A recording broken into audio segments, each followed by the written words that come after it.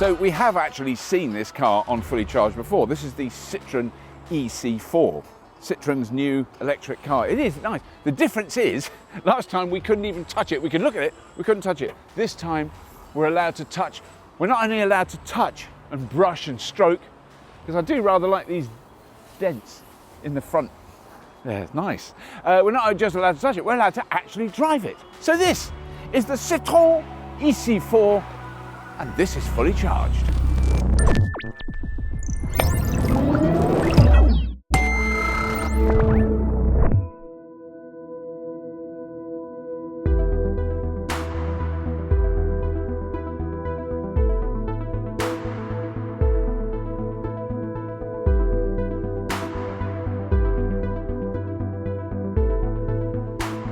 So it's very straightforward, as it says on the screen in front of me. Foot on brake, press start, which I do. And then all sorts of things happen. So it's got a heads-up display that pops up, which is really good, I've discovered. And then it's very, all that stuff is very straightforward. It all lights up. You've got your sat nav, and you've got this screen is interesting. The design of it is quite unusual. I haven't seen that in other cars. So it is, and I've tried going through different settings. That's it. That's the way it looks. If you put on cruise control, you get a slightly different look then, and that keeps you can adjust the distance you are from behind the car in front of you. So this is the Citroen e-C4. I'm going to be 100% honest with you. I was starting to do my review of the experience of driving the delightfully proportioned Citroen e-C4, and the sat-nav voice would not stop. And I tried to, when I stopped at some traffic lights, I tried to turn it off. I tried to find the settings to turn it off. And what I've had to do, I'm going to be completely transparent about this, I had to pull over into a petrol filling station in order for two young people to come in and instantly, without hesitation, turn the wretched noise off. And then went audio, which that makes sense, doesn't it? So that's turned right down. She was definitely talking.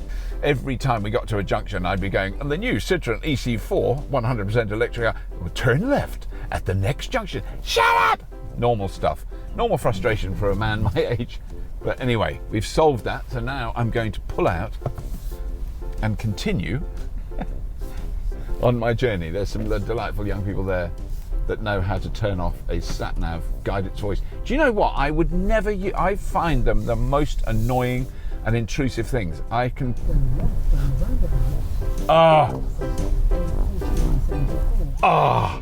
She's not dead. She's the Terminator. She will not die. Yeah, she just... Yeah, I was just saying how we've managed to kill her. She came back. Well, there we go. So, it's not very straightforward. Also, we've been given this car for the day today, which is really good, because I definitely wanted to drive it, and of course it's miserable weather, absolutely repugnant, and she's probably going to be talking all the way through, so I'm just going to shout over her. But I think we've done everything we can to limit her. That is kind of irrelevant to the review of the car. So this car is the Citroen e-C4. It has a 45 kilowatt hour usable battery. It has a 50 kilowatt hour battery, 45 kilowatt hours of usable stuff, giving you a range of hovering in the upper 180s to 200s, depending on driving style, the time of year, and all those sort of things. So it's very dependable on that.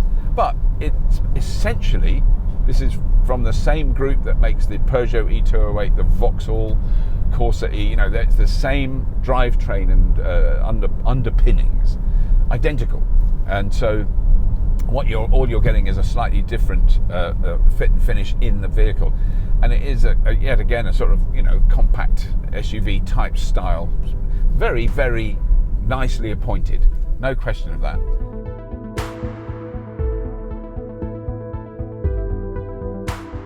So at a glance, I quite like this car. I mean, it is the sort of standard design for the current fashion, but it has got some lovely little features in it. I mean, the lights are really sophisticated. They are, in fact, the Citroen LED vision lights, but they do all those clever things where they can just light certain sections of the road.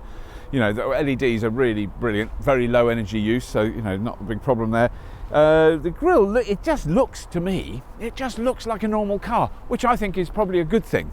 I don't think that's a bad thing. This is a left-hand drive one. The right-hand drives arrive in this country, you know, early in 2021.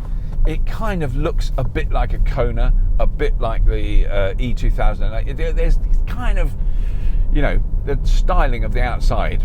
I'll have a talk about that. But, you know, it's all super adequate.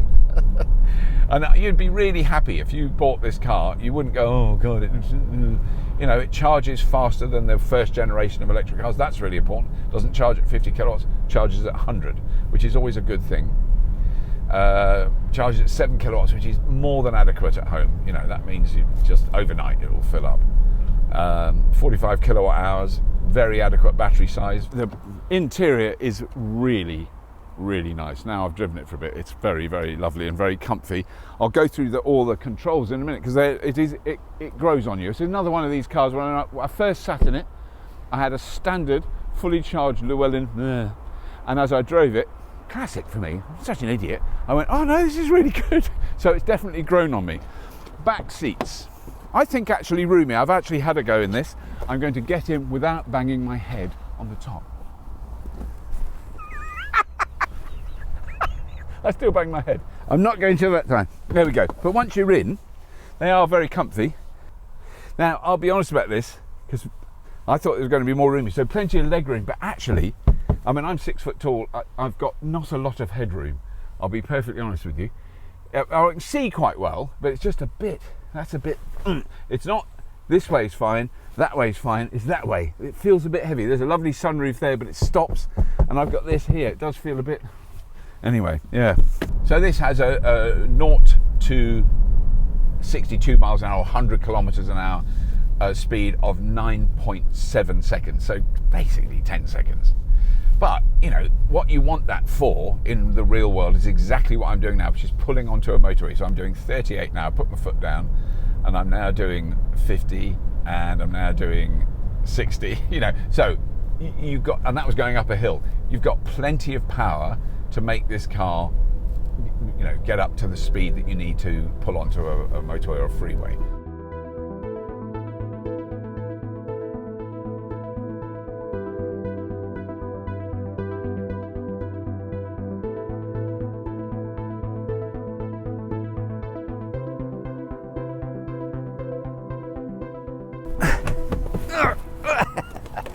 Now, as you can see, we're charging it at the moment. I'm just giving it a top up just to see how easy it is to charge. It's very easy.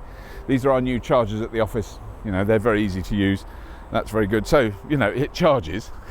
If we'd driven it further, we'd have used rapid chargers and really done that, but we haven't driven it that far. I've only got it for a few hours. So it's a real preliminary test. Hopefully at some point I'll do a longer drive test. But then it's got, some people are going to love it. I think that is a criticism. I'm going to give that a bit of a criticism because the way it's designed, that is really quite cramped. Children or shorter people will be fine in there. Just anyone who's a bit taller, you're really going to be a bit cramped in the back. The boot space is ample. I'd say generous. So it has a lot of boot space, and I don't have the exact litres of space in there, I'm afraid, off the top of my head, but we'll put it in the lower thirds. So, and obviously all the seats go down, all the usual things, 2 isofixes in the back for child seats, all the normal stuff, bit of underneath storage there, you know, so that is very good. We like that. It sails along. I mean, I'm barely aware of the fact that I'm actually driving a car. It's so easy and comfortable. I feel very well supported. It has a button down the side here. So, okay, I'll get to why it has that button at the moment, but at the moment it has a button, which I haven't tried while I'm driving, that massages your back, and I don't know that I would find this relaxing, because it feels like something's going wrong with the seat, and it feels like there's a very strong Turkish masseur sitting in the back seat going in your back. I mean, a nice Turkish masseur. I'm not saying he's horrible, he's very lovely and he's very good at massaging, but there's something moving now. As I sit here, the whole back of the seat, of the car seat, is doing this, sort of rubbing me, and it's kind of weird. That's a very odd thing. I don't think I've come across that in the back of a luxury Range Rover, and that would massage you as you would, but you were a passenger. This is in the driver's seat. That is in this car. So what does that tell you about this car? That it has every single extra little bit of finessing and stuff and technology and quality materials and everything that Citroen can throw at a car, as much as they possibly can. This is becoming a real bugbear of mine. So you can buy this car as a petrol engined, straightforward petrol engined C4, cost about 20,000 quid. And then there's the luxury petrol one, which is about 6,000 quid or something, with all the extra bits. And then there's the hybrid. I'm sure, I don't even know about the hybrid. I'm just not interested in that. But I am very suspicious of the big manufacturers, the way they're operating at the moment. They're putting their prices of the electric car at the top end, and they're filling it with all the extra bits and bobs. So the massaging chair, the massaging driver's seat and passenger seat, they've both got it. How much does that cost? How much extra money is that? And how much could you save, and how much cheaper could you sell an electric car if you stripped it right down to be the most basic, the same as the basic petrol one? Why can you get this is my question. Why is it possible to buy a Citroen C4 super basic petrol one cheap, and not to buy a super basic electric one cheaper? Okay, it might be still more than the super basic petrol one, but would it be as much? It's a question that I haven't seen an answer for yet. So that's my little rant. And that applies, this is not a Citroen specific thing. It applies to all the brands. It really does.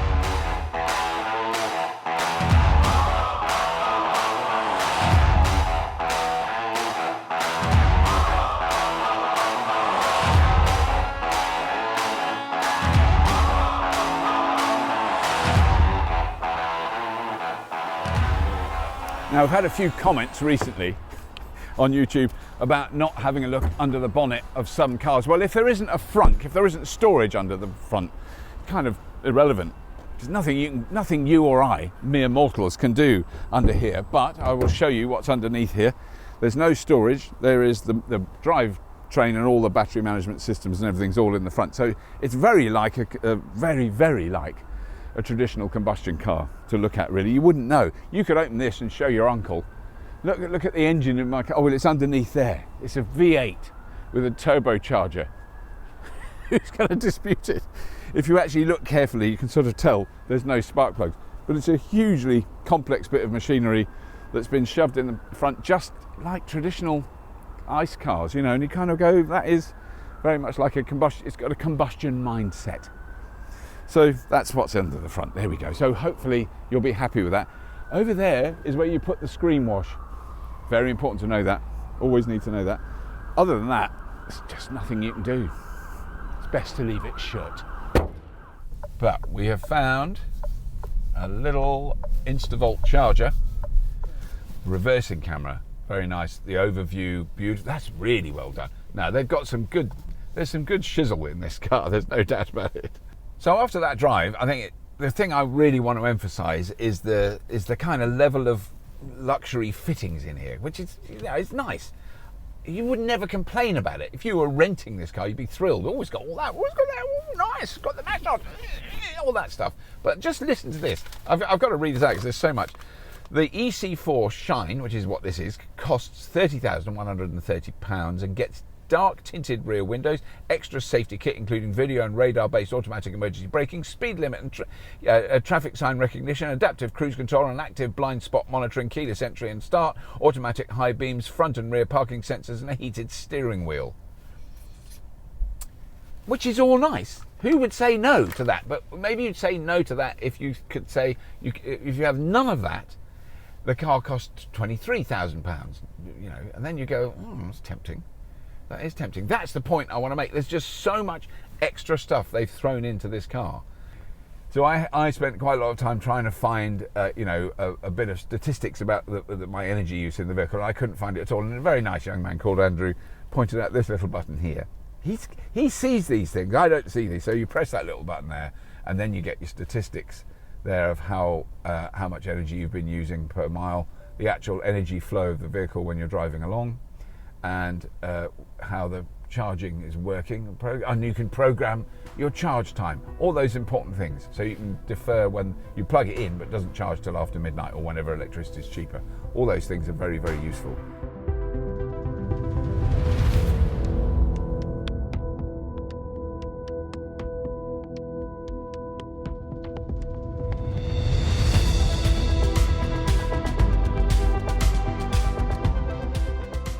Oh, isn't that nice? So I forgot to mention, the e-C4 does come with a sunroof. Oh, very nice. It's not the sort of thing you want to have open on a day like this in the United Kingdom, but anyway, it's got a sunroof, and I just think I'm trying to rave about it, and I really can't rave about it, but it is supremely satisfactory. It's at the high end of perfectly acceptable. It's at the absolute extreme end of very, very useful piece of machinery that is reliable, economic, very, very good fuel economy. I've driven over 70 miles today. It's used virtually nothing. It's amazing. So that stuff is all good. It's all good. I just can't quite get in an absolute rave about it. But who needs to get in an absolute rave about a car you just use for driving around? Family fit in the back. You've got lots of room for. It's good. It's really good. That's the end of it. That's all we got time for. Please do have a look at the Patreon link beneath this video. And most important of all, I think, as always, tell your mates, tell your friends, tell your family, to have a look at Fully Charged if they're at all interested in finding out slightly more realistic facts about electric cars than maybe some other media outlets are producing at present, and all the scare stories they're chucking out, willy-nilly. Please do subscribe to Fully Charged. Have a look at the YouTube membership link. Click the little bell so that you get an announcement of the next episode, because lots of really cool episodes coming up. And that's it, really, as always. If you have been, thank you for watching.